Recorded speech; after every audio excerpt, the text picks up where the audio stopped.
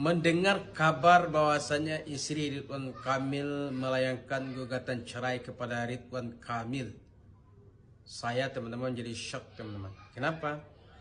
Rumah tangga yang telah dibangun 29 tahun lamanya, telah menghadirkan anak keturunan di dunia ini, akhirnya gara-gara tinta setitik rusak gulai sebelanga.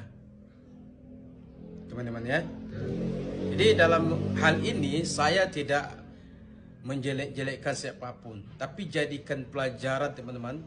Jangan gara-gara kita melakukan kesalahan sedikit saja dapat menghancurkan rumah tangga yang kita bangun dari nol teman-teman, dari nol. Dari yang belum berpunya sekarang berpunya, akhirnya dicerai oleh istrinya. Luar biasa teman-teman ya, luar biasa. Memang rayuan wanita itu luar biasa teman-teman. Rayuan dan godaan wanita lain tuh kepada laki-laki yang telah mapan tuh luar biasa. Ini yang sering laki-laki itu terjatuh di saat dia miskin, tidak masalah. Tapi di saat dia udah mulai kaya, udah mulai jadi pejabat, udah mulai jadi orang terkenal, banyak serpihan bunga-bunga busuk itu menghampirinya. Itu ujian juga. Tapi kalau ujian ini kita tidak mampu melawannya, ya kena kita. Ya, padahal istrinya cantik loh ya. Bayangkan Kakak Atalia ini seorang wanita yang mandiri. Saat ini dia menjadi anggota dewan kan. Ini yang disia-siakan teman-teman. Dan ini saya rasa teman-teman, nasi udah jadi bubur. Kenapa nasi udah jadi bubur? Seorang istri kalau dia kecewa satu kali saja, apalagi terhadap rumor perselingkuhan kan, dia nggak akan sulit untuk memaafkan teman-teman.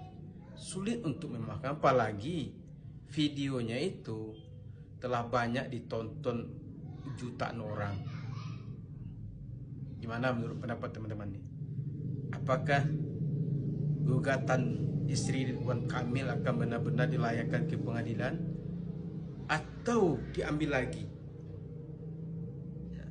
Itu sifat perempuan teman-teman. Jadi sifat perempuan tuh, apabila nampak lakinya atau suaminya satu kali salah saja, 1000 kali kebenaran, 1000 kali kebaikan, dan seorang laki-laki itu melakukan satu kesalahan, maka kesalahan itu akan itu saja yang dikenal teman-teman. Dan semua kebaikan yang pernah kita lakukan, rumah tangga yang kita bangun dengan harmonis, dengan kebahagiaan, dengan canda tawa, semuanya hilang, ditutup dengan kejelekan. Itu kan pasti teman-teman pernah merasakan kan, di saat kita udah susah bangun rumah tangga dengan istri, udah bahagia segala macam, tapi ketika kita udah banyak mengasihi belanja, mengasihi uang, mengasihi rumah malah gitu kan, mengasihi kendaraan gitu kan, udah 20 tahun lah, bayangkanlah 20 tahun kita menikah dengan istri tidak ada masalah. Tapi tahun selanjutnya, tahun 21-nya, rupa-rupanya kita melakukan kesalahan. 20 tahun ke belakang itu teman-teman, itu hilang semua itu. Itu bayangkan beda laki-laki dengan perempuan. Kalau laki-laki tidak. Kalau misalnya istrinya melakukan kesalahan, pasti suami itu akan cepat memaafkan. Kenapa? Karena yang terpikir oleh dia itu adalah mungkin istrinya bisa berubah. Apalagi dia punya anak, ya kan? Itu kan bayangan laki-laki, panjang pikiran laki-laki itu.